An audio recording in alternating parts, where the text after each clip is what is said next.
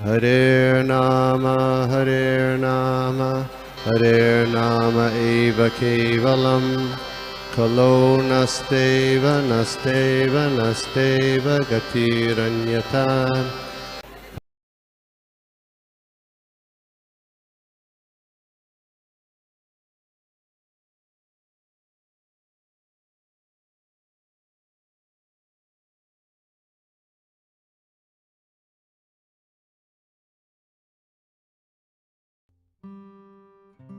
वासुदेवाय नारायणं नमस्कृत्यं नरं चैव नरोत्तमं देवीं सरस्वतीं व्यासं ततो जयमुदीरयेत् नष्टप्रायेषु अभद्रेषु नित्यं भागवत सेवया भगवती उत्तमश्लोके भक्तिर्भवति नैष्ठिकी। नमो विष्णुपादाय कृष्णप्रेष्ठाय भूतले श्रीमते भक्तिवेदांत स्वामिनिति नामिने। नमस्ते सारस्वते देवी गौरवाणी प्रचारिणे निर्विशेष शून्यवादी पाश्चात्य देशतारिणे। जय श्री कृष्ण चैतन्य प्रभु नित्यानंद श्री अद्वैत गदाधर श्रीवासादि गौर भक्तवृंद। हरे कृष्णा कृष्ण कृष्णा हरे हरे, हरे राम राम राम हरे हरे।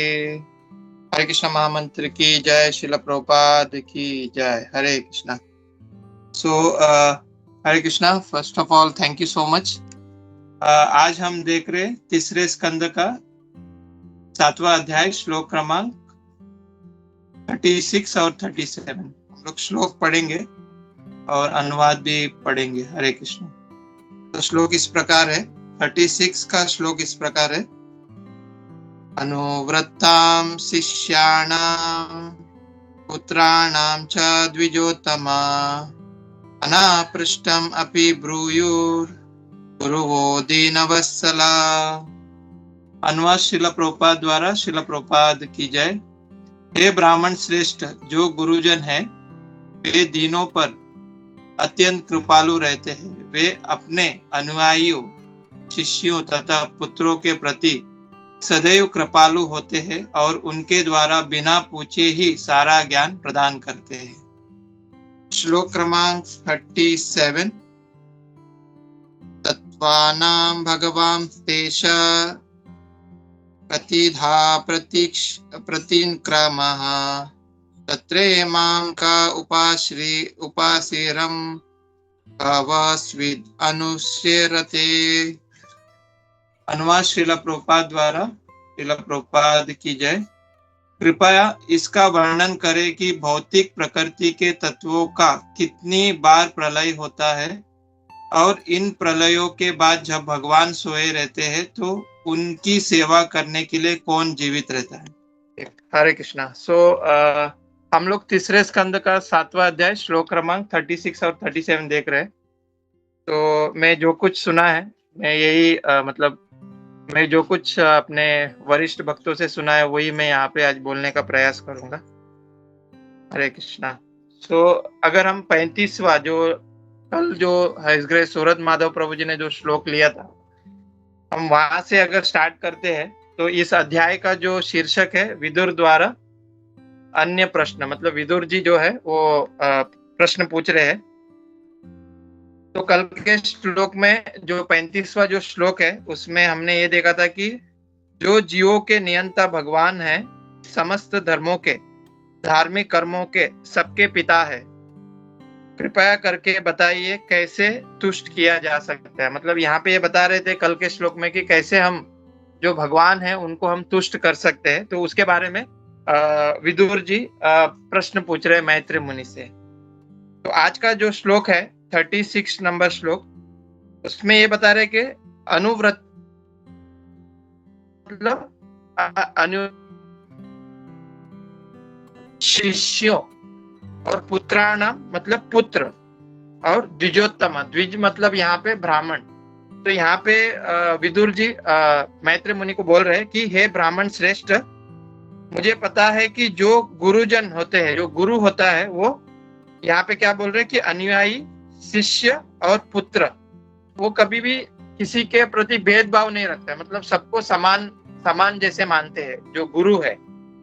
फिर आगे बोल रहे हैं जो सेकंड और थर्ड फोर्थ जो लाइन है उसमें क्या बोल रहे हैं कि जो है दीन वत्सल, मतलब यहाँ पे जो विदुर है मैत्रेय मुनि को क्या बोल रहे कि आप दीन वत्सल हो, तो मुझे बताई है अनुप्रष्टा, मतलब यहाँ पे ये वर्ड इसके लिए यूज कर रहे हैं कि यहाँ पे विदुर जी ये बोल रहे हैं मैत्रेय मुनि को कि जो मैंने प्रश्न पूछे हैं उसका तो आप आंसर देंगे, मतलब उसका तो आप उत्तर देंगे, बट जो मैंने कुछ पूछा नहीं है, मेरे से जो भी प्रश्न छूटे हुए उसका भी आप मुझे उत्तर दीजिए करके यहाँ पे विदुर जी मैत्रेय मुनि को बोल रहे हैं। तो मैं हिज ग्रेस अनिरुद्ध चंद्र दास प्रभु जो हमारे फोरम में पहले भी आए हुए, उनका एक लेक्चर मैं सुन रहा था इस श्लोक में, तो वही मैं यहाँ पे आज के सेशन में वही रिपीट करने का मैं प्रयास करूंगा। तो प्रभु जी ये बता रहे थे कि यहाँ पे जो तीन जो गुण है, जो गुरु का जो गुण है वो यहाँ पे बताया गया है इस श्लोक में, और वही विदुर जी यहाँ पे मैत्रेय ऋषि से पूछ रहे हैं। तो पहला गुण जो गुरु का जो है वो क्या बोल रहे कि वे दीनों पर अत्यंत कृपालु होते हैं। जो गुरु है वो दीनों पर अत्यंत कृपालु होते हैं। तो यहाँ पे दीन का मतलब क्या है? एक्चुअल में दीन का मतलब है गरीब, बट प्रभु जी बता रहे थे कि ये जो गरीब है ये लक्ष्मी वाला गरीब नहीं है, मतलब जिसके पास धन नहीं है वो गरीब यहाँ पे नहीं बता रहे। यहाँ पे दीन का मतलब क्या है? जो भक्ति में नहीं जुड़ा हुआ है, तो उसके लिए यहाँ पे वो भक्ति में जो जुड़ा नहीं है उसके लिए यहाँ पे वो दीन बोल के यहाँ पे वो शब्द का प्रयोग किया हुआ है। तो प्रभु जी बता रहे थे कि he is the most unfortunate soul in this world, मतलब जो व्यक्ति भक्ति में जुड़ा नहीं है वो बहुत अनफॉर्चुनेट है, अनफॉर्चुनेट सोल है इस वर्ल्ड का। तो यह पहला लक्षण है गुरु का कि वो जो दीन रहते हैं, ऐसे जो दीन व्यक्ति है उसके ऊपर हमेशा वो कृपा करते हैं। तो ये पहला गुण है गुरु का। दूसरा गुण यहाँ पे ये बता रहे हैं कि वे अपने अनुयायी शिष्य तथा पुत्रों के प्रति सदैव कृपालु रहते हैं, मतलब वो कभी भी डिफरेंशिएट नहीं करते कि मतलब ये मेरा शिष्य है, ये मेरा पुत्र है, ये मेरा अनुयायी है, वो सभी के ऊपर वो कृपा करते हैं। तो ये दूसरा गुण है गुरु का।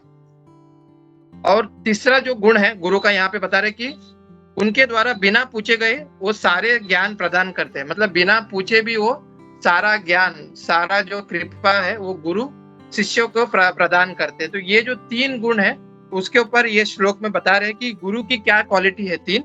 एक तो है दीन, वो दीनों पर अत्यंत कृपालु है और हमेशा ज्ञान बांटते हैं, और वो किसी भी वर्ण का वो कभी भी डिफरेंशिएट नहीं करते हो, चाहे वो क्षत्रिय हो, चाहे वो शूद्र हो, चाहे वो ब्राह्मण हो, चाहे वो वैश्य हो। तो वो चारों जो वर्ण है वो उसके प्रति वो समान रहते हैं, वो हर एक को ज्ञान प्रदान करते हैं। तो हम भागवतम में देखते हैं ऐसे बहुत सारे ऐसे उदाहरण हैं, बहुत सारे ऐसी लीला है जिसमें हम उनके जो चरित्र है उससे हमको पता चलता है कि गुरु का क्या क्वालिटी है। तो आज हम कुछ ऐसा ही, मतलब कुछ चरित्र, कुछ लीला आज हम यहाँ पे देखेंगे। तो पहला हम देखेंगे नारद मुनि। हम सबको पता है जो हमारे गुरु शिष्य परंपरा में जो है नारद मुनि जी, वो उनका चरित्र के वो उनका जो चरित्र है उसके द्वारा हम देखेंगे कि ये जो क्वालिटीज है जो गुरु का, वो कैसे वो हमको सिखाते हैं अपने चरित्र से। तो हम देखेंगे जैसे नारद मुनि के जो चरित्र में एक प्रसंग आता है ध्रुव महाराज का। हम सबको पता है ध्रुव महाराज के बारे में। ध्रुव महाराज जब 5 साल के जब छोटे बालक थे तो उनको ये इच्छा था कि वो अपने पिता से भी बड़ा राज्य उनको प्राप्त कर सके। तो वो अपने माता से पूछते हैं, तो माता उनको क्या बोलती है कि आप जंगल की ओर जाइए, वहां पे आप तप करना। तो जब ध्रुव महाराज कौन थे? वो एक क्षत्रिय थे। तो जब ध्रुव महाराज जब जंगल की ओर गए और जब जंगल में वो तप कर रहे थे तो उनको किसकी कृपा हुई? वहां पे उनको नारद मुनि की कृपा हुई। और नारद मुनि जी, जो नारद मुनि है, उन्होंने फिर ध्रुव महाराज को फिर ज्ञान प्रदान किया। और उसके बाद हम देखते हैं कि जब उनको भगवान का दर्शन हुआ, जब उनके जो गुरु ध्रुव महाराज के जब गुरु नारद मुनि जी ने जब उनको ज्ञान प्रदान किया, उसके बाद जब ध्रुव महाराज को जब भगवान का दर्शन हुआ तो भगवान ने उनको सिर्फ किंगडम नहीं दिया, उनको एक सेपरेट प्लैनेट दे दिया भगवान ने उनको। तो ऐसे मतलब गुरु जो रहते हैं वो किसी को भी वो ज्ञान प्रदान करते हैं। ये एक नारद मुनि की जो चरित्र से हम देख सकते हैं कि गुरु का क्या क्वालिटीज है। दूसरा जो नारद मुनि का जो प्रसंग आता है जिसमें माता कयादु, अगर हम देखेंगे माता कयादु जिनके पुत्र है वो जिनके वो पत्नी किनके है, हिरण्यकशिपु, जो दानव कुल में जन्म लिए, दानव कुल में से है। तो हिरण्यकशिपु के पुत्र जो है, जो माता कयादु के गर्भ में थे, वो क्या है, प्रहलाद महाराज जी। तो जब हिरण्यकशिपु जब वो ज्ञान इसके लिए गए, ये तपस्या करने के लिए, तो ये जो देवतागण थे वो माता कयादु को परेशान करने लग गए कि देवता लोग को ऐसा लग गया कि अगर पिता ही इतना बड़ा दानव, इतना बड़ा क्रूर है, तो जो उनके जो पुत्र है, जो माता कयादु के गर्भ में है, तो वो कितना बड़ा ये हो सकता है, वो कितना बड़ा दानव हो सकता है। पर नारद मुनि जब आए, उनको नारद मुनि ने किसी को डिफरेंशिएट नहीं किया। उन्होंने माता कयादु को भी ज्ञान दिया और उन्होंने देवताओं से माता कयादु का रक्षा भी किया। तो उन्होंने किसी का डिफरेंशिएट नहीं किया और स्वयं उन माता कयादु को उन्होंने ज्ञान प्रदान किया। और फिर हम देखते कि फिर वही जो ज्ञान है प्रहलाद महाराज जी गर्भ में रह के वो ज्ञान प्राप्त किए। और हम देखते हैं आज भगवान नरसिंह, उनके वजह से, प्रहलाद महाराज जी के वजह से हमें भगवान नरसिंह देव का भगवान नरसिंह देव जी का दर्शन मिला। तो हम देखते हैं कि ये जो गुरु की जो क्वालिटी है हम नारद मुनि के थ्रू देख सकते हैं। उन्होंने किसी को डिफरेंशिएट नहीं किया, उन्होंने दानव को भी उन्होंने ज्ञान प्रदान किया और देवताओं को भी उन्होंने ज्ञान प्रदान किया। तो ये है गुरु की क्वालिटी जो आज के हम श्लोक में देखते हैं। और तीसरा प्रसंग ये आता है कि व्यास देव जी, हम सभी को पता है जो व्यास देव जी जो उन्होंने पूरा ग्रंथ, पूरा उन्होंने शास्त्र लिखा, पर फिर भी व्यास देव जी को थोड़ा सा उनको ऐसा लग रहा था कि मैं कहीं तो, मतलब उनको इतना कुछ लिखने के बाद भी उनको वो प्रसन्न नहीं हुए। तो जब उनकी भेंट जब नारद मुनि से हुई, तो नारद मुनि ने क्या कहा कि आप जो भी कुछ लिखे, तो आपने सिर्फ जो कुछ लिखे है इससे जीव कभी उद्धार नहीं हो पाएगा, वो कर्म कांड में फंसा रहेगा।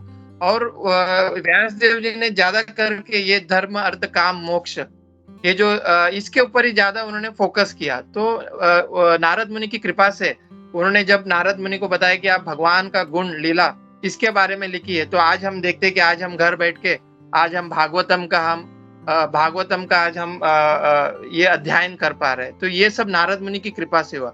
तो इस प्रसंग में हम क्या देखते कि नारद मुनि ने उनको और प्रोत्साहन किया, व्यास देव जी को और प्रोत्साहन किया। उनके गुरु ने देव जी के जो गुरु नारद मुनि ने उनको प्रोत्साहन किए कि आप भगवान के लीलाओं के बारे में लिखिए। तो ये चरित्र जो है, ये जो गुरु का जो चरित्र है, हम इसमें देख सकते हैं कि नारद मुनि गुरु का जो क्वालिटी से हम देख सकते हैं कि नारद मुनि के जो चरित्र से हम देख सकते हैं कि गुरु का क्या क्वालिटीज होना चाहिए। तो प्रभु जी ये बता रहे थे कि मार्केट में गुरु ऐसे बहुत अवेलेबल है, पर हमें ये देखना चाहिए कि ये जो गुरु जो है वो सही में गुरु शिष्य परंपरा से आ रहे हैं क्या, ये सही में वो ये सब क्वालिटी उनमें है कि हमको देख के गुरु को स्वीकार करना चाहिए। तो ये हम नारद मुनि जी के चरित्र से हम देखते हैं। दूसरा है चैतन्य महाप्रभु जी। जब ये चैतन्य महाप्रभु जो स्वयं भगवान कृष्ण है, तो जब वो इस धरातल पर आए तो हम सभी को उन्होंने ज्ञान प्रदान किया। उन्होंने भी कभी किसी को डिफरेंशिएट नहीं किया, स्वयं भगवान है वो। तो उनकी एक क्वालिटी क्या है कि वो कभी हमेशा अपने जो शिष्य का प्रोग्रेस देखते थे और उनका भाव देखते थे। जैसे कि सनातन गोस्वामी हो गए, रूप गोस्वामी हो गए, सर्वभौम भट्टाचार्य हो गए, वो हमेशा इनका प्रोग्रेस देखते थे कि चैतन्य महाप्रभु की मेरा जो शिष्य कैसे प्रोग्रेस कर रहा है। जैसे कि हम देखते हैं कि जब कोई शिष्य, जब कोई गुरु उनका जब शिष्य उनसे सवाल पूछता है और जब वो धीरे धीरे इस भक्ति में अग्रसर होता है, तो गुरु को बहुत संतोष, गुरु को बहुत आनंद प्राप्त होता है। तो ये गुरु की क्वालिटी से कि वो हमेशा अपने जो भक्त, अपने जो शिष्य है उसका प्रोग्रेस, उसको प्रोत्साहन करते रहते हैं। तो हम चैतन्य महाप्रभु के भी हम आचरण से देखते हैं और उनके इतने सारे लीला है उसमें हम जैसे कि हम देखते हैं जब सनातन गोस्वामी जी, वो भी बहुत बड़े, जब सनातन गोस्वामी जी भी क्या थे, वो बहुत बड़े एक मंत्री थे। और जब वो सनातन गोस्वामी जी सब कुछ छोड़ के जब चैतन्य महाप्रभु को मिलने के लिए गए, तो जब रास्ते में वो एक जगह पे रहे थे, मतलब एक जगह पे उन्होंने रुके हुए थे, तो वहां पे सनातन गोस्वामी जी को मतलब कुछ उनको ओढ़ने के लिए कुछ शॉल दिया गया था। तो वो जो शॉल था वो बहुत मतलब वो जो शॉल की कीमत बहुत मतलब बहुत कॉस्टली था उस शॉल, जैसे कि आज के समय में हम वो काश्मीरी शॉल वगैरह बोलते हैं ना। तो जब सनातन गोस्वामी जी को वो शॉल मिला तो उन्होंने क्या किया, वो शॉल वो इतना मतलब वो ऐसा सोच रहे थे कि मुझे ये शॉल के प्रति भी मुझे आसक्त नहीं होना चाहिए। तो उन्होंने क्या किया, वो शॉल को किसी और को दिया और वो एक फटे पुराने शॉल उन्होंने ओढ़ लिया। तो जब चैतन्य महाप्रभु को इसके बारे में पता चला तो वो तुरंत सनातन गोस्वामी जी को मिलने आए। तो वो जो भाव है सनातन गोस्वामी जी का, वो देखकर चैतन्य महाप्रभु ने उनको कृपा प्रदान किया। तो उसी तरह से हम एक स्टोरी ये भी देखते कि चैतन्य महाप्रभु के एक और शिष्य रघुनाथ दास गोस्वामी जी, ये भी बहुत उस समय के जब बंगाल के बहुत बड़े टैक्स कलेक्टर थे, मतलब इतना धन उनके पास था, पर उन्होंने सब कुछ छोड़ के चैतन्य महाप्रभु को मिलने के लिए गए थे। तो रघुनाथ दास गोस्वामी जी हम देखते हैं कि हम सभी भी मतलब ज्यादा से ज्यादा डिवोटी यहाँ पे जगन्नाथपुरी होकर आए। तो वहां पे एक अन्न बाजार करके है, जहाँ पे जब जगन्नाथ जी को जो भोग लगाया हुआ जो प्रसाद है वो अन्न बाजार में आता है और वहां पे वो सभी को डिस्ट्रीब्यूट किया जाता है। तो रघुनाथ दास गोस्वामी जी वो जो वहां पे जो अन्न बाजार में क्या होता है, कभी कुछ बचा हुआ रहेगा तो वो गायों को खिलाते हैं, मतलब कुछ अगर बच गया वो प्रसाद वगैरह अन्न बाजार में। तो रघुनाथ गोस्वामी जी वो जो वहां पे जो गायों को डाले हुए अ,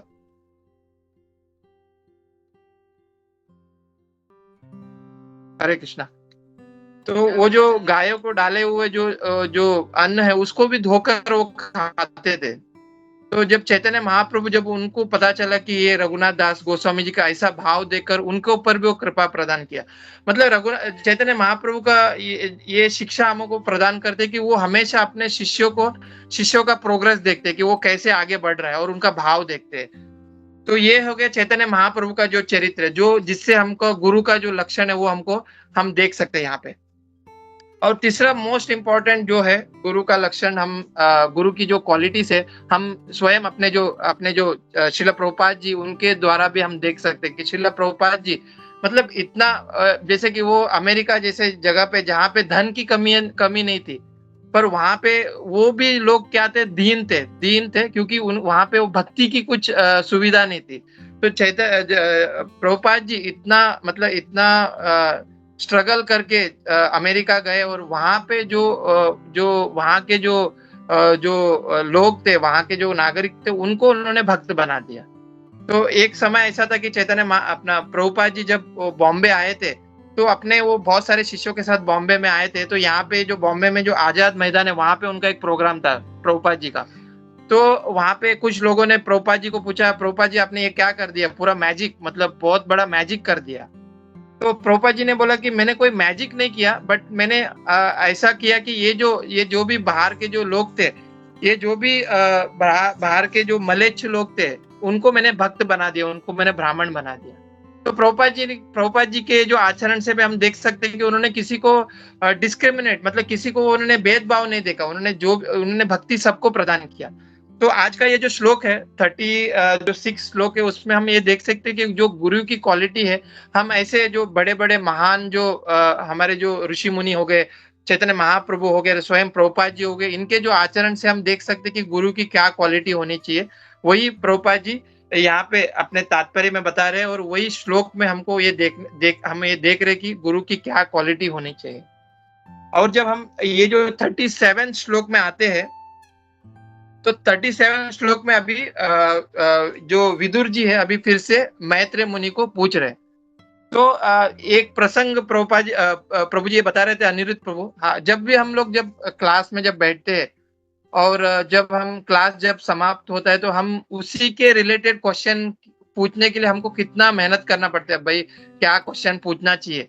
बट यहाँ पे हम देखते हैं कि जब विदुर जी ऐसे मतलब कितने ऐसे लाइन टू लाइन हमको क्वेश्चन मैत्र मुनि को पूछ रहे, तो हम देखते कि मतलब वो जो एक मतलब क्वेश्चंस भी हमको बहुत ध्यानपूर्वक यहाँ पे हमको यहाँ पे बहुत ध्यानपूर्वक सुनना चाहिए। बिकॉज जब मैत्रेय मुनि जब इसका आंसर देंगे तो मैत्रेय मुनि ऐसा नहीं बोलेंगे कि आपने ये क्वेश्चन का आंसर, ये क्वेश्चन का मैं अभी ये आंसर दे रहा हूँ, ये क्वेश्चन का मैं अभी ये आंसर दे रहा हूँ। ऐसा नहीं, वो डायरेक्टली वो आंसर चालू कर देंगे, वो डायरेक्टली वो उत्तर बोलने के लिए चालू कर देंगे। तो प्रभु जी बता रहे थे कि अनिरुद्ध प्रभु कि हमें जब ये क्वेश्चन भी जब जो विदुर जी अभी पूछ रहे हैं मैत्रेय मुनि से, वो भी हमको ध्यानपूर्वक सुनना चाहिए, ताकि जब मैत्रेय मुनि जब हमको आंसर देंगे, जब विदुर जी को जब वो जो क्वेश्चन का उत्तर देंगे, तो तभी हमको पता चलना चाहिए कि भाई कि ये जो उत्तर है कौन से क्वेश्चन का हमको उत्तर मिल रहा है। तो उसके लिए प्रभु जी बता रहे थे कि ये जो क्वेश्चन भी हमको बहुत ध्यानपूर्वक सुनना चाहिए। तो ये जो 37 श्लोक है उसमें अभी विदुर जी अभी मैत्रेय मुनि को पूछ रहे कि तत्वानाम, तत्व मतलब यहाँ पे बता रहे कि प्रकृति के तत्वों को, और यहाँ पे भगवान बोला है। तो कोई भी ऐसे पूछ सकता है कि यहाँ पे विदुर जी मैत्रेय मुनि को क्यों भगवान करके संबोधित कर रहे हैं। तो यहाँ पे हम देखते हैं कि ये जो शिष्य है वो हमेशा ये जो अपने जो गुरु है उनको भगवान जैसे ही देखना चाहिए। अगर हम गुरुअष्टकम, जब हम सुबह जो गुरुअष्टकम है उसको हम पढ़ते हैं, तो वहां पे क्या बोलते हैं, साक्षात हरित्वेन समस्त शास्त्रे युक्त सतद्भा वेतएव सिद्धि। तो यहाँ पे क्या बोल रहे हैं कि साक्षात हरित्वेन मतलब जो गुरु है वो साक्षात हरि है। तो ये जो शिष्य है उसका कर्तव्य क्या होना चाहिए कि वो गुरु को साक्षात हरि के समान समझना चाहिए। पर वहां पे गुरु का भी क्या कर्तव्य होता है कि गुरु जो गुरु शिष्य परंपरा से आए हुए जो प्रामाणिक गुरु है, वो हमेशा क्या सोचते हैं, गुरु क्या सोचते हैं कि वो भगवान के सेवक है, वो हमेशा इसी भावना से रहते हैं। बट शिष्य का कर्तव्य क्या होता है कि वो हमेशा ये देखना चाहिए कि जो गुरु है वो स्वयं भगवान के समान है। बिकॉज हमें गुरु क्या है, इस धरातल से जाने का वो मार्ग हमको प्रदान करते हैं, इस भवसागर से निकलने का मार्ग हमको प्रदान करते हैं। इसके लिए यहाँ पे विदुर जी मैत्रेय मुनि को भगवान करके संबोधित कर रहे हैं। फिर क्या बता रहे यहाँ पे कि हे महर्षि, हे भगवान, मुझे आप बताइए कि कतिदा प्रतिसंकरः। तो कतिदा मतलब कितने बार प्रतिसंकदा प्रलय होता है। तो तत्वाना मतलब हे महर्षि ऋषि, ये जो प्रकृति का जो प्रलय है वो कितने बार होता है। फिर तत्रे माम का उपश्रीन क स्वित अनुसेरते, मतलब और क्या बोले कि जब ये प्रलय के बाद कौन जीवित रहता है। मतलब यहाँ पे ये बता रहे कि जब प्रलय के बाद जब भगवान जब योग निद्रा में रहते हैं, तो भगवान की सेवा करने के लिए उस समय कौन कौन जीवित रहता है, तो उसके बारे में भी विदुर जी मैत्रेय मुनि को पूछ रहे हैं। तो नॉर्मली हम देखते हैं ये प्रलय के बारे में 2-3 साल पहले, मतलब अराउंड लाइक 2019 और 2020 समवेयर, कि मतलब मैं स्वयं मतलब ये न्यूज में वगैरह बहुत ज्यादा आता था कि अभी 2024 में 2025 में एक बहुत बड़ा पत्थर पृथ्वी को टकरा जाएगा, फिर उसके बाद प्रलय हो जाएगा, सब कुछ फिनिश हो जाएगा। हमें नॉर्मली उस समय ये न्यूज पे वगैरह ये बहुत ज्यादा वायरल हो गया था कि भाई अभी 2024 में प्रलय हो जाएगा, 2025 में प्रलय हो जाएगा। पर एग्जैक्टली हमको अगर प्रलय के बारे में देखना है तो हमें श्रीमद् भागवतम में हमको ये पूरा डिटेल में मिलेगा कि भागवतम में कि कब प्रलय होता है, कितने प्रकार का प्रलय होता है, ये हमें डिटेल में भागवतम में हमको मिलता है। तो 12वां स्कंद 12वां में इसके बारे में वर्णन किया हुआ है। तो मैं थोड़े मतलब ऊपर से 1-2 पॉइंट बोलूंगा, फिर हमें डिटेल में हम आगे जब जाएंगे भागवतम में उसके बारे में हमको पता चले कि प्रलय कितने प्रकार का होता है। तो 12वें स्कंद में हम देखते हैं कि प्रलय जो है वो 4 प्रकार के होते हैं। इसमें पहला जो प्रलय है वो स्थायी प्रलय है। स्थायी प्रलय मतलब क्या है कि हम पल पल व्यक्ति जो है वो पल पल मरता है। जैसे कि अगर मेरा जो एज है, जब मैं 5 साल का एज था तो मेरा जो बॉडी था वो अलग प्रकार का था। अभी मेरा एज है 36 है, तो मेरा जो अभी बॉडी है वो अलग प्रकार का है। तो कोई मुझे पूछ सकता है कि भाई आप मुझे वो 5 साल का जो आपका जब बॉडी था वो वाला बॉडी आप मुझे लेके आइए, तो वो मैं नहीं लेके आ पाऊंगा। तो इसको कहते हैं स्थायी प्रलय। मतलब हमारा जो पहला जो जो हमारा बॉडी था, जो छोटे बचपन में जो हमारा बॉडी हो गया, अब जैसे-जैसे हमारा हम जब ग्रो होते गए, तो वो जो पुराना जो बॉडी था, वो अभी हम उसको नहीं लेके आ पाएँगे, हम वैसे बन नहीं पाएँगे। तो उसको क्या कहते हैं यहाँ पे, स्थायी प्रलय करके कहते हैं। और दूसरा जो प्रलय है, उसका नाम है नैमित्तिक प्रलय करके। नैमित्तिक प्रलय मतलब क्या है कि जो ब्रह्मा जी है, मतलब ब्रह्मा जी ब्रह्मा जी का अगर आयु देखते हैं, हमने पहले भी इसको कवर किया था कि ब्रह्मा जी का एक दिन, मतलब एक दिन में अगर हम 12 आधा आधा दिन देखते हैं, 12 आवर्स, तो 12 आवर्स मतलब कितना हो गया ब्रह्मा जी का 12 आवर, मतलब कि ब्रह्मा जी का 12 आवर मतलब 14 मनु, ब्रह्मा जी के 12 घंटे में 14 मनु की रचना होती है। और एक मनु मतलब 71 चतुर्युग। तो ऐसे ब्रह्मा जी के मतलब 12 घंटे में 14 मनु की रचना होती है, 14 मनु समाप्त होते हैं। फिर वैसे ब्रह्मा जी का और आधा दिन, मतलब हाफ आवर, मतलब 12 घंटा और 12 घंटा। तो ये पूरा ब्रह्मा जी का एक दिन जब समाप्त होता है, इसको कहते हैं नैमित्तिक प्रलय कहते हैं। और जो तीसरा जो प्रलय है, वो प्राकृतिक प्रलय है। मतलब जब ब्रह्मा जी का जब 100 वर्ष पूरा होता है, और उसके बाद जब पूरा जो ब्रह्मांड जब नष्ट हो जाता है, और जो भी जीव जो बचा है, वो भगवान जो कारणोदक्ष है विष्णु, उनके अंदर समा जाता है। तो उस प्रलय को क्या कहते हैं, प्राकृतिक प्रलय। और सबसे अभी जो मेन टॉपिक आ रहा है, जो चौथा जो प्रलय है, वो मतलब बहुत मतलब थोड़ा सा और इंटरेस्टिंग है। चौथा प्रलय है, वो आत्यंतिक प्रलय बोलते हैं इसको। तो आत्यंतिक प्रलय मतलब क्या है कि जो व्यक्ति है, वो जब भगवान का जब जो जो व्यक्ति है, जब वो भगवान का जब साक्षात्कार होता है, और वो जब इस भवसागर से जब वो जाता है, इस ये जो पंचभूत जो देह को छोड़कर भगवान के पास जाता है, पंचभूत जो भी हम जो ये जो देह जो बना है, वो उसका वो सब ये जो पंचभूत में जब मिल जाता है, जैसे कि अग्नि है, अपने जो वायु, अपने जो देह से वायु में मिल जाता है, गगन से मिल जाता है, फिर जल में जो भी जल तत्व जल में मिल जाता है। तो उसके बाद जो हमारे जो सूक्ष्म शरीर जो बच जाता है, मन बुद्धि अहंकार, जब वो मन जो है भगवान के चरणों में लग जाता है, बुद्धि जो है भगवान की भक्ति करता है, और जो मिथ्या अहंकार है कि हम हमेशा सोचते हैं कि मैं स्वयं एक शरीर हूँ, वो जब भगवान की ओर मुड़ता है, और जब हम इस ये जो पंच महाभूत जो स्थूल शरीर है, उसको छोड़कर हम भगवान के धाम में जाके भगवान की जब सेवा करते हैं, तो ये प्रलय का नाम है आत्यंतिक प्रलय करके बोलते हैं। तो ये बहुत इंटरेस्टिंग है कि हम जब इस धरातल से छोड़कर जाते हैं और भगवान के धाम में जाते हैं, इसको भी एक प्रलय कहते हैं।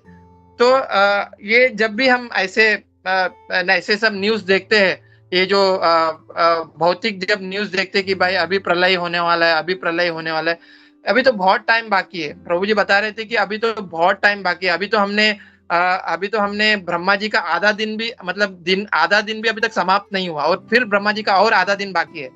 तो और फिर वो जो एक दिन का पूरा ब्रह्मा जी का जब 100 वर्ष पूरा होता है, उसके बाद प्रलय होता है। तो हमें ये जो डिटेल में हम भागवतम में इसका डिटेल में हम लोग ये पढ़ सकते हैं कि ना एक्चुअल में प्रलय कभी होने वाला है।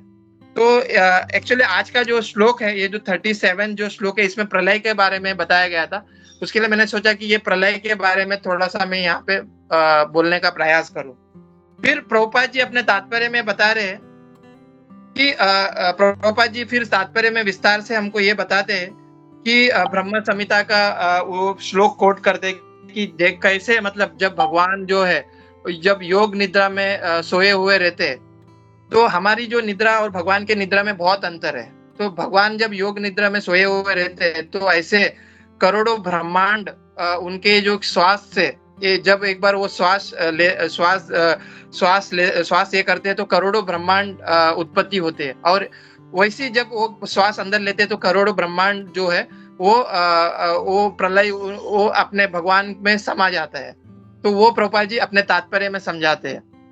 पर यहाँ पे प्रभुपाद जी अपने तात्पर्य में 2 पॉइंट मुख्य यहाँ पे बता रहे कि ये जो नास्तिक जो लोग हैं और ये जो मायावादी लोग हैं, हमेशा ये बोलते हैं कि जब मुक्ति हो जाती है तो व्यक्ति की कुछ अस्तित्व नहीं रहता है।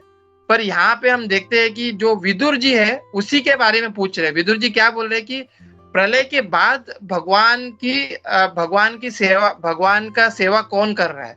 तो हमको ये मतलब जो विदुर है उस विदुर जी के क्वेश्चन से हमको ये समझना चाहिए कि प्रलय के बाद भी भगवान रहते हैं, और प्रभुपाद जी अपने तात्पर्य में ये बता रहे कि भगवान भी रहते हैं, भगवान का धाम भी रहता है, और भगवान के जो शुद्ध भक्त है वो भी भगवान के साथ रहते हैं। मतलब उनका कभी अस्तित्व कभी मिटता नहीं है। वो प्रभुपाद जी अपने तात्पर्य में समझाते हैं। इसके लिए प्रभुपाद जी एक कोट ये करते हैं, वो प्रभुपाद जी यहाँ पे काशी कांड एक मतलब स्क्रिप्चर है जो स्कंद पुराण का ही एक भाग है। अगर हम there are so many Puranas are there, तो ये जो काशी कांड है ये स्कंद पुराण का एक भाग है।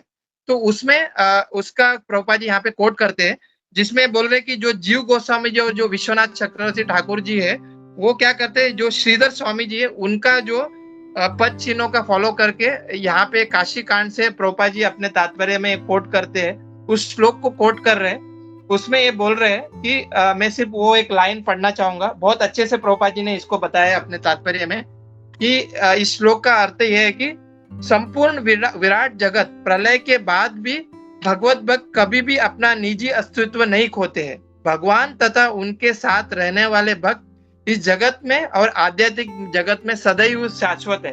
तो यहाँ पे हम ये देखते हैं कि बहुत सारे जो नास्तिकवादी है और बहुत सारे जो मायावादी जो फिलोसोफर है, वो हमेशा बोलते ये कि जब ये जो प्रलय हो जाता है, जब सब खत्म हो जाता है, तो जो जीव है उसका भी अस्तित्व नहीं रहता है। तो यहाँ पे प्रभुपाद जी उसका खंडन कर रहे हैं। ये जो काशी कांड जो भाग है स्कंद पुराण का, उससे वो कोट कर रहे हैं कि भगवान का धाम भी रहता है, भगवान के भक्त भी रहते हैं, और वो हमेशा शाश्वत रहता है। तो हम कभी भी मतलब कभी अगर कोई पूछता है, कभी बोलता है, तो हमें ऐसे प्रभुपाद जी के पर्पट से हमको बहुत सारे इंफॉर्मेशन मिल जाता है कि प्रभुपाद जी कहाँ से इंफॉर्मेशन दे रहे हैं हमें।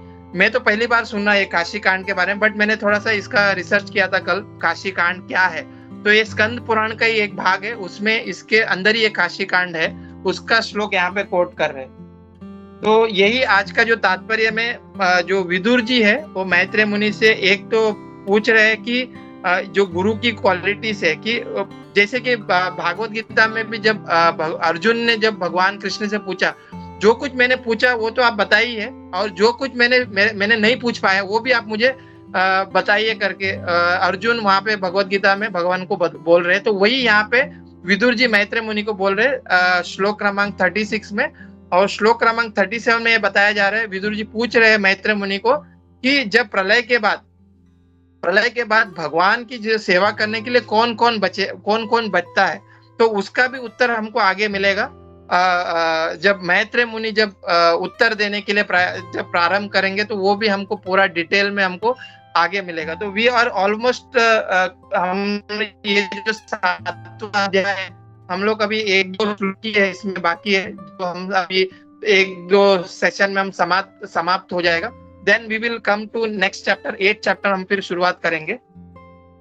तो यहीं पे मैं अपनी वाणी को विराम दूंगा। और मैंने मतलब जो कुछ मैंने प्रभु जी से, अनिरुद्ध चंद्र प्रभु जी है जो ऑलरेडी अपने फोरम में आए थे, वो जो उन्होंने जैसा मतलब अपने बताया है अपने क्लास में, तो वही मैं यहाँ पे बोलने का प्रयास किया। अगर जो भी कुछ मुझसे त्रुटि हुए, definitely there are lots of mistake were there, so मैं इसके लिए माफी चाहता हूँ। हरे कृष्णा। श्रीला प्रभुपाद की जय, गुरु महाराज की जय, सभी एकत्रित भक्त वृंद की जय। हरे कृष्णा। श्रीला प्रभुपाद की जय। मैं रिक्वेस्ट कर रहा हूँ हमारे जो स्पीकर्स है वो भी इसके बारे में कुछ पॉइंट्स ऐड करें। हरे कृष्णा। श्रीला प्रभुपाद की जय।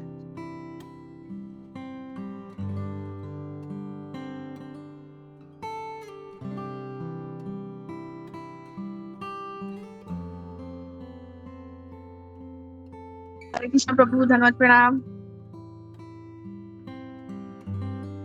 या हरे कृष्ण माता जी, धन्यवाद, प्रणाम। तो एक्चुअली पहला गोविंद चरण प्रभु का था, फिर अमित प्रभु, बट दोनों भी दिख नहीं रहे, उनके बाद मेरा था, तो मैं स्टार्ट कर देती हूँ प्रभु। हरे कृष्णा।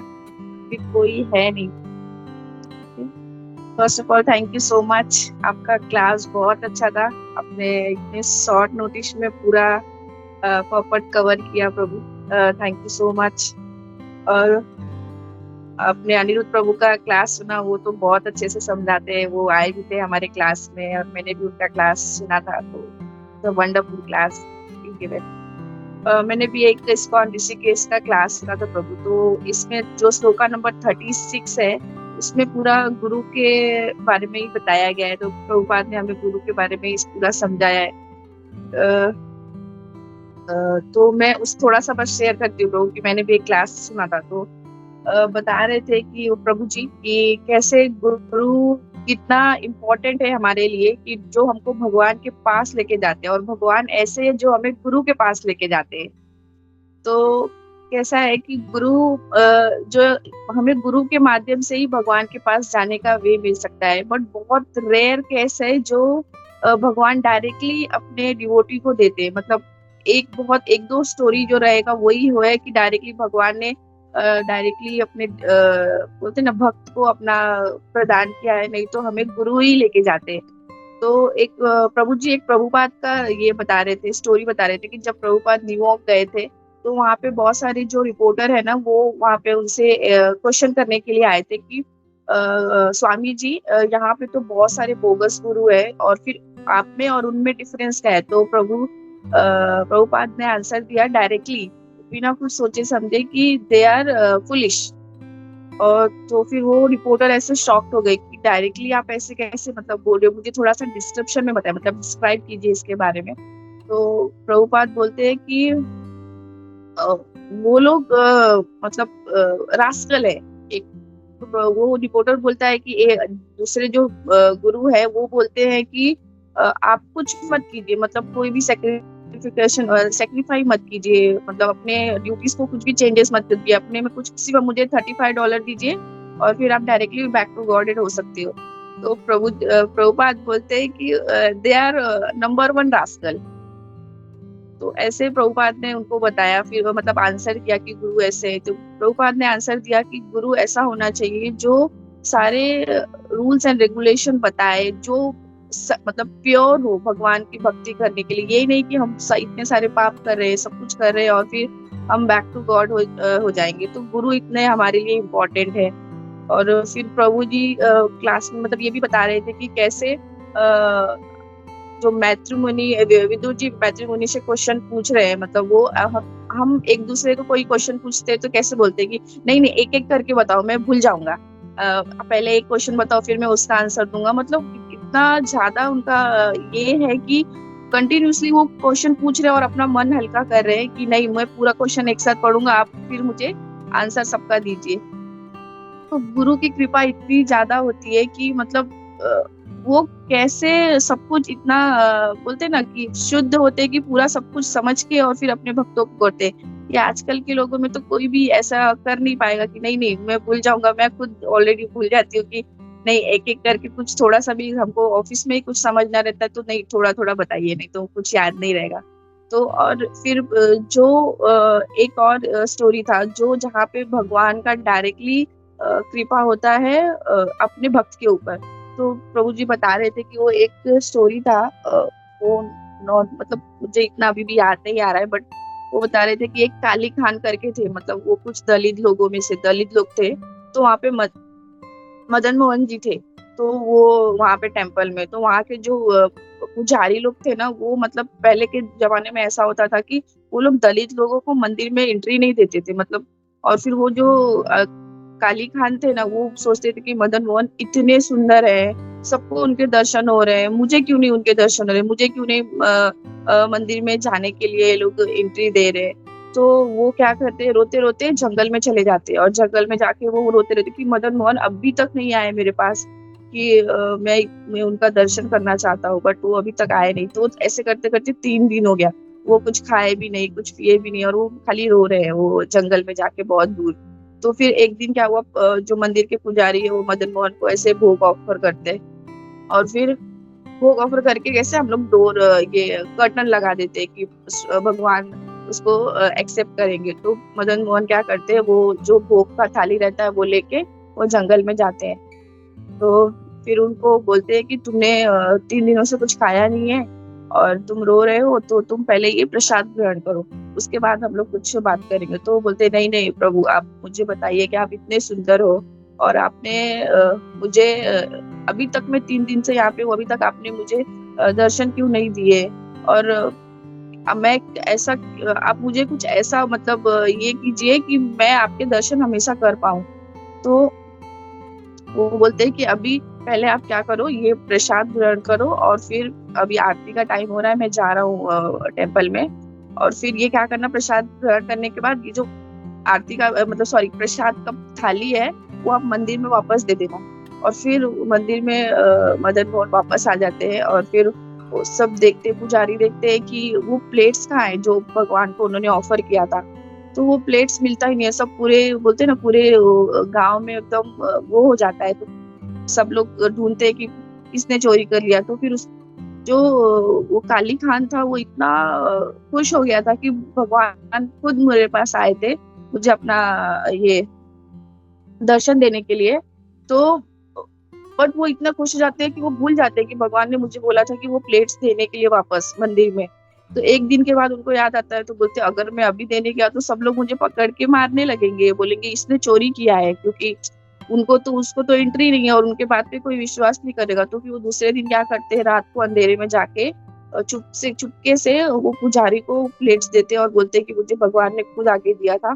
बट वो पुजारी को यकीन नहीं होता है, तो बट फिर भी वो ले लेता है। तो बाद में पुजारी के ये सपने में भगवान आते हैं और बोलते हैं कि हाँ उसको मैंने ही वो जाके प्लेट्स प्रसाद का दिया था, और तुम ऐसा कुछ करो, मुझे कुछ प्रॉब्लम नहीं है कि आप लोगों का रूल्स एंड रेगुलेशन क्या है कि आप लोग किसी को मंदिर में आने नहीं दे रहे हो जो बाहर के लोग हैं, या मतलब जो दलित करके है कास्ट के है उनको। बट ऐसा करो कि वो जो काली खान है उसको मेरे दर्शन सीधा हो, डायरेक्टली हो। तो वहां पे अभी भी बोलते हैं कि एक विंडो है जहां से काली खान को डायरेक्टली भगवान के दर्शन होते हैं। तो इस ये सॉरी बता रहे मतलब प्रभु जी बोल रहे थे कि विदाउट गुरु के हम भगवान के पास नहीं जा सकते, बहुत बहुत रेयर केस है। तो ये एक प्रभु जी मुझे स्टोरी मतलब वो क्लास में बता रहे थे तो मैंने सुना था तो वो शेयर किया। बट ऐसा तो हम यहाँ पे इस युग में तो होगा ही नहीं विदाउट गुरु के, मतलब गुरु है जो हमको भगवान के पास लेके जा सकते हैं। तो हरे कृष्णा प्रभु, धन्यवाद, प्रणाम। मैं बस इतना ही बोलूँ।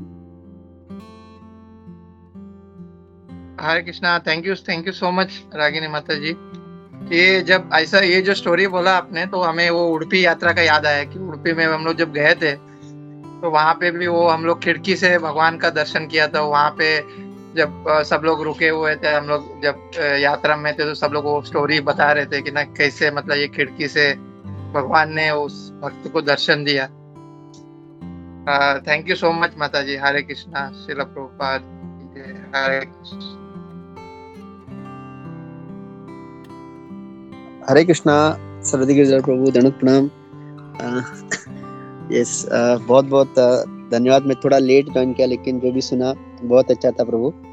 और जैसे अभी ये स्पिरिचुअल मास्टर के बारे में है तो और एक प्रभुपाद का स्टोरी है कि मतलब यहाँ पे लिखा गया कि they are very very spiritual master क्या very kind to the needy, they are always kind to their follower, disciple and sons without being asked.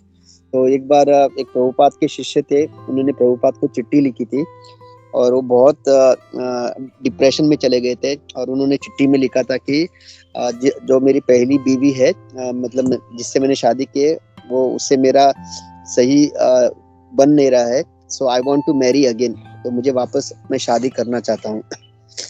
तो वो चिट्ठी जब प्रभुपाद को मिली तो प्रभुपाद ने पूरा चिट्ठी पढ़ा और उनको पता चला कि उनका मनस्थिति क्या है उनके डिसाइपल का। तो उन्होंने एक ही लाइन में अग्री किया, उन्होंने परमिशन दिया और वो चिट्ठी वापस भेज दिया। तो उनके जो पर्सनल सर्वेंट थे उन्होंने पूछा प्रभुपाद को कि प्रभुपाद आप तो इसके अगेंस्ट है, मतलब आप तो हमेशा कहते हैं कि जो जिससे भी शादी किया है आप उन्हीं के साथ एडजस्ट करके अपना जीवन एक करो, अपना मेन उद्देश्य है कृष्ण कॉन्शियस बनना, तो आपने उनको परमिशन क्यों दिया और एक शादी करने के लिए।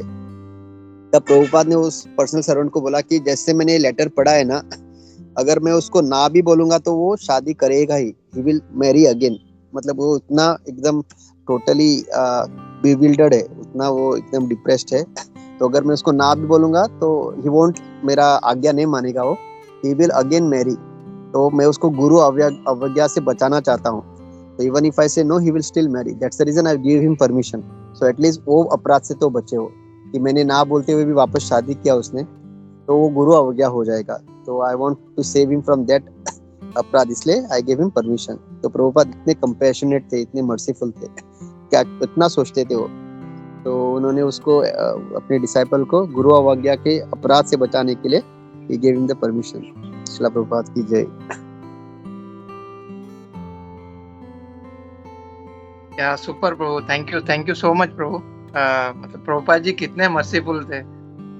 या प्रभु, इट्स अमेजिंग। प्रभुपाद जी के बारे में क्या बोलेंगे, पूरा कितना बोलेंगे कम है प्रभु प्रभुपाद जी के बारे में। हरे कृष्णा प्रभु।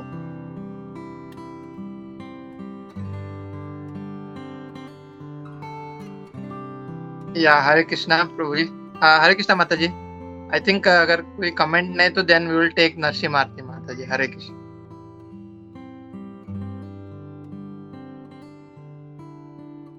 यस, हरे कृष्णा। अगर किसी का कोई प्रश्न नहीं है तो हम लोग नरसिंह आरती लेते हैं। अच्छा, माता जी कुछ कहना चाहते हैं? हरे कृष्णा, धन्यवाद। हरे कृष्णा सरदेव प्रभु। वेरी नाइस क्लास, बहुत अच्छा था। और जो प्रभु के क्लास से जो तुमने जो पॉइंट शेयर किए वो भी बहुत अच्छे थे। मेरे को एक पॉइंट इसमें बहुत अच्छा लगा, जो ये था ना कि मुक्ति के वजह से जो मायावादी हैं उनका विचार ये रहता है कि मुक्ति के बाद सब खत्म हो जाता है। लेकिन ये जो श्लोक है इससे भी हम लोग क्लियरली समझ जाते हैं कि मुक्ति के बाद भी जो है अस्तित्व रहता है और हम लोग भगवान का सेवा करते हैं। तो ये पॉइंट एक जो है, ये एक और जो मायावादियों के लिए हम लोग यूज कर सकते हैं कि कैसे वो लोग गलत हैं ये लोग। और पूरा जो श्लोक था इतना अच्छा था दोनों की, कैसे गुरु का क्या क्वालिफिकेशंस है, कैसे वो अपने पे जो निर्भर है, अपने शिष्य, अपने पुत्र और जो भी है जरूरतमंद है उनको कैसे उनका देखभाल करते हैं बहुत अच्छे से वो, और उनको ज्ञान भी देते हैं। तो ये एक बहुत अच्छा गुण है। और ये मतलब देखा जाए तो वैष्णव जो है, वैष्णव का ही गुण है कि कैसे वैष्णव लोग हर किसी का ध्यान रखते हैं, मतलब वो। तो ये एक अच्छा गुण है ये, और हम लोग को भी कोशिश करना चाहिए इसको हमारे में इनकलकेट करने का, कि हर किसी का इवन मटेरियली, नॉट खाली स्पिरिचुअली, खाली हमेशा हम लोग ज्ञान बांटते रहे तो ऐसा नहीं। थोड़ा even materially when required we should try to help. बहुत अच्छा श्लोक था ये। और जैसे अभी तुमने वो भी जो कहा कि हर क्वेश्चन जो है, मतलब कैसे इतना सारा 40 क्वेश्चन पूछा है उन्होंने, और जो आंसर है वो ऐसा नहीं बोलते मैं इस क्वेश्चन का ये आंसर दे रहा हूँ, इस क्वेश्चन का ये आंसर, ऐसा नहीं। तो एक्चुअली अगर देखा जाए तो जैसे उस टाइम के लोग इतने स्मार्ट और इतने बुद्धिमान, इवन मटेरियली स्पिरिचुअली थे कि उनको मतलब ऐसा जरूरत नहीं पड़ता था। अभी हम लोग का कलयुग में हम लोग इतना मंद बुद्धि हो गए हम लोग कि हम लोगों को, मैं अपने भी बात करूं तो जो कोई साथ में 2 क्वेश्चन पूछता है, बोले 1 मिनट रुक जाए, नहीं तो मैं पहला क्वेश्चन भूल जाऊंगा। क्यों? क्योंकि इतना हम लोगों को कलयुग का जो प्रभाव है इतना हमारे बुद्धि पे। जैसे वो लास्ट टाइम हम लोग श्रुतिधर भक्त क्या होता है वो भी देखा था। वैसे सुत गोस्वामी महाराज जी ने अपने गुरु श्रील सुखदेव गोस्वामी जी से पूरा भागवतम सुना, 18,000 पूरा श्लोक सुना, और पूरा एज इट इज हम लोग जो आज श्लोक हैं, हम लोग 4 श्लोक भी सुन, 1 श्लोक भी सुन लेंगे हम लोग, आधा श्लोक भी सुन लेंगे, उसको भी वापस एग्जैक्टली प्रोनाउंस नहीं कर सकते हम लोग। तो वो कलयुग का प्रभाव है हमारे पे। और ये समझ सकते हैं कि उस टाइम के लोग जो है कितने इंटेलेक्चुअल, कितने मतलब बुद्धिमान और कितने शार्प हुआ करते थे। और थैंक यू प्रभु, बहुत अच्छे से पूरा समराइज किया, पूरा पूरा श्लोक और बहुत अच्छे अच्छे पॉइंट्स प्रेजेंट किए। थैंक यू प्रभु। हरे कृष्ण। या प्रभु, थैंक यू सो मच प्रभु, गिवन दिस अपॉर्चुनिटी प्रभु। प्रभु जी, मेरा एक छोटा सा सवाल था प्रभु कि जैसे अभी गुरु है वो सभी के प्रति मतलब समभाव रखते हैं, पर प्रभु हम जब भक्ति में आते हैं प्रभु कि मतलब स्पेशली डिवोटीज में प्रभु, हम कुछ डिवोटीज को बहुत अच्छा मतलब अच्छे मतलब उनके साथ अच्छे रिलेशन रहते हैं, बट कुछ डिवोटी के साथ हमारा रिलेशन मतलब इतना सही नहीं रहता है प्रभु। तो हाउ वी कैन मतलब उसको हम लोग कैसे देखें प्रभु? मतलब कुछ डिवोटी से हम बहुत अच्छा मतलब घुल मिल जाते हैं, बट कुछ डिवोटी से हम लोग उतना घुलते मिलते नहीं है प्रभु। तो वो कभी कैसे हम उसको देखें प्रभु? मतलब वो क्वालिटीज कैसे हम ये करें प्रभु? Whether we are going up और हम नीचे की ओर ही जा रहे हैं प्रभु। नहीं, नीचे तो नहीं जा रहे हैं। भक्ति जब हम लोग करते हैं तो पक्का नीचे तो नहीं जा रहे हैं हम लोग। हाँ, अब हमारे ऊपर है कि हम लोग कितना स्पीड में हम लोग आगे बढ़े। जैसे उपदेशामृता में वो जो श्लोक है, वाचो वेगम मनस क्रोध वेगम, तो ये सब जो है ये गुण तो हम लोग को क्या डेवलप करना है, तो सिर्फ गुरु बनाने की, जो गुरु है शिष्य बनाने के लिए नहीं, लेकिन हम लोगों को भी वो डेवलप करना है। अभी जैसे इसमें जो अपने अनुव्रता नाम अपने जो शिष्य हैं उनको बहुत क्या रखते हैं, ये सिर्फ गुरु का है नहीं, हम लोग को ये समझना चाहिए एक वैष्णव का गुण है, और हम लोग को भी इसमें जो है क्वालिफाई करते रहना चाहिए। हम लोग कितना, हम लोग भले 10% करे, 1% करे, 0.1% करे, लेकिन हम लोग को डेवलप करते रहना चाहिए हम लोगों को ये सब गुण। तो ये हमारा गलती है कि हम लोग उसको डेवलप नहीं कर पाते। हम लोग भक्तों में भी जब मिलते हैं तो ये मेरा गुरु भाई है, ये किसी और महाराज का डिसाइपल है, ये बहुत जो है हम लोग क्या बोलते हैं ना, क्लासिफाई करते हैं, ग्रुप बनाते हैं और बाइफिकेट करते हैं। ये मेरा अपना है क्योंकि मेरा गुरु भाई है तो ये मेरा अपना है, वो गुरु भाई नहीं है तो अरे मेरे को इससे कोई लेना देना नहीं है। तो ये सब क्या है, मतलब हमारा दिमाग जो है पॉलिटिक्स जो है, मतलब भक्ति कम पॉलिटिक्स ज्यादा करता है। तो अब इसको हम लोग कैसे भक्ति में लाएं, हम लोग हर किसी का, चाहे वो कोई भी वैष्णव हो, और भले जैसे मैं बोलता ना हमेशा, भले वो एक दिन से माला जप कर रहा है, उसका भी हम लोग कैसे हम लोग ध्यान रखें। ये हमारे अंदर जब गुण हम लोग डेवलप करते रहेंगे, हम लोग वो क्या बोलते हैं ना, हमारा कलयुग के प्रभाव के कारण तो हम लोग जो है रजोगुण में है, कोई तमोगुण में है, तो वो हम लोग करते हैं वो, लेकिन वो नहीं करना चाहिए। हम लोग को जब भी ऐसा लगे अरे मेरा गुरु भाई है, अरे मतलब मैंने एक बार मतलब किसी भक्त से सुना था, मतलब बहुत अच्छा वो बता रहे थे कि बोलते हैं कि मतलब अपना गुरु भाई कुछ भी नहीं कर रहा है, वो भले एग्रीमेंट तो हरि बोल अरे कितना अच्छा है, लेकिन दूसरा कोई है बहुत है तो उसको कोई मतलब उससे यही नहीं है। हाँ ठीक है चलो, ये भी क्यों है, क्योंकि वो बॉडीली कंसेप्ट में है।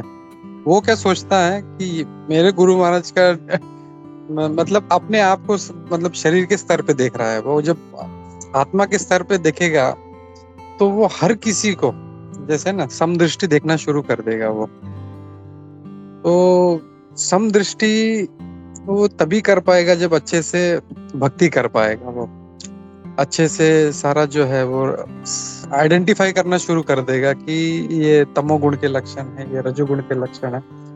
और नॉर्मली जैसे मैं हमेशा बोलता हूँ कि भक्ति में क्या होता है, हम लोग जब थोड़ा सा सीख जाते हैं, हम लोग थोड़ा सा ज्ञान आ जाता है, तो हम लोग दूसरों में गलती देखना शुरू करते हैं। अरे ये ऐसा कर रहा है, ये ऐसा कर रहा है। वो ना करके हम लोग अपने में आइडेंटिफाई करना शुरू कर दे, अपने एक्शंस को देखना शुरू करें। अरे ये मैं ऐसा कर रहा हूँ, ये क्या सही है, क्या मैं ऐसे कर रहा हूँ ये सही है नहीं।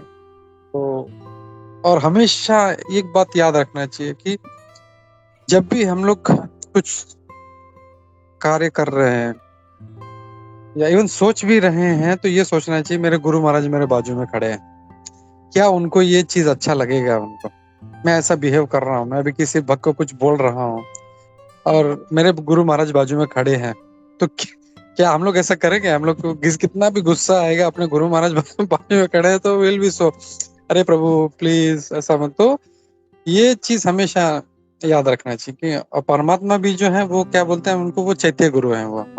तो हमेशा जो स्पिरिचुअल मास्टर है वो ऐसा सोचना चाहिए मेरे बगल में खड़े हैं और चैत्य गुरु के रूप में भगवान है। और वही गुरु कौन है हमारे, वो भी भगवान का ही अंश है, वो भगवान का ही रिप्रेजेंटेटिव है। तो ये सब हम लोग ऐसा थोड़ा सा क्या बोलते हैं ना, सेल्फ इवेल्युएट करने वाले हो जाएंगे तो ऑटोमेटिक फिर एक अच्छा भक्त का यही गुण है, वो दूसरों का गलती नहीं देखता, वो अपना गलती देखता है और खुद को वो रेक्टिफाई करते रहता है। अरे ये ऐसा हो गया, मेरे दिमाग में ऐसा ख्याल आया इस भक्त के बारे में, तो नहीं ऐसा नहीं आना चाहिए।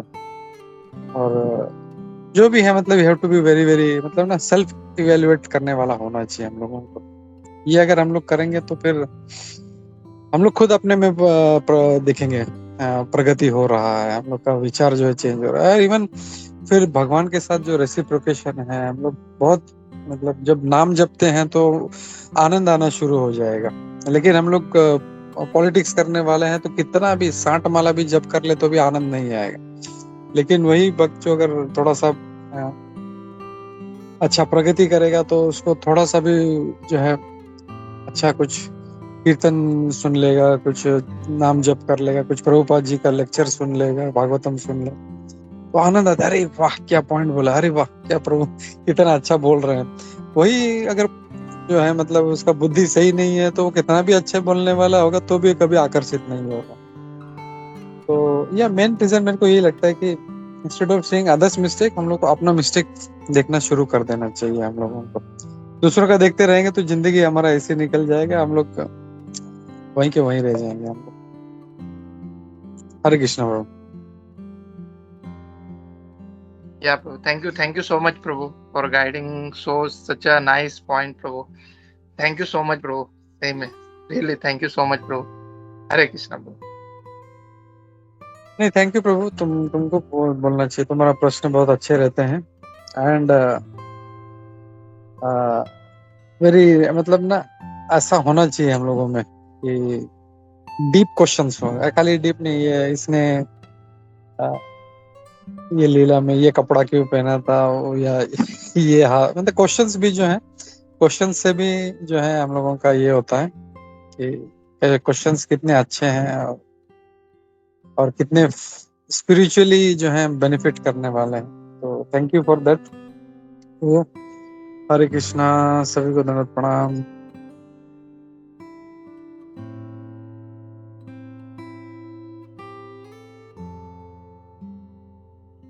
यस रागिनी का कुछ क्वेश्चन है सरदे। हरे कृष्णा प्रभु, धन्यवाद प्रणाम।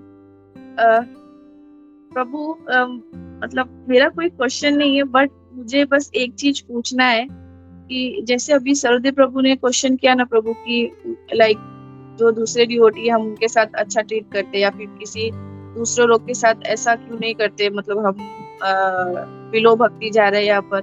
तो प्रभु आपने तो बहुत अच्छे से समझाया प्रभु, बट मैं ये जानना चाहती हूँ प्रभु कि अगर कोई किसी मतलब कोई भक्त किसी के साथ अच्छे से बिहेव कर रहा है या फिर अच्छे से उनको मोटिवेट कर रहा है और किसी के साथ नहीं कर रहा है, तो प्रभु ऐसा मतलब ऐसा भी हो सकता है ना प्रभु कि जो वो भक्त है वो ऐसा उसके दिमाग माइंड में ऐसा आना चाहिए कि क्या पता उसने बहुत अच्छे से सेवा किया रहेगा या फिर मैं वो लायक नहीं हूँ अभी कि मुझे उतना मोटिवेशन मिले या मेरे गुरु महाराज से मुझे उतना मर्सी मिले कि जब मैं वो लेवल पे जाऊं। या फिर हम ऐसा नहीं सोच सकते ना प्रभु कि नहीं वो गुरु उनको ऐसा ट्रीट कर रहे या फिर कुछ ऐसा। प्रभु आप थोड़ा सा बताएंगे ये हमारा समझने का कैसा कर सकते हैं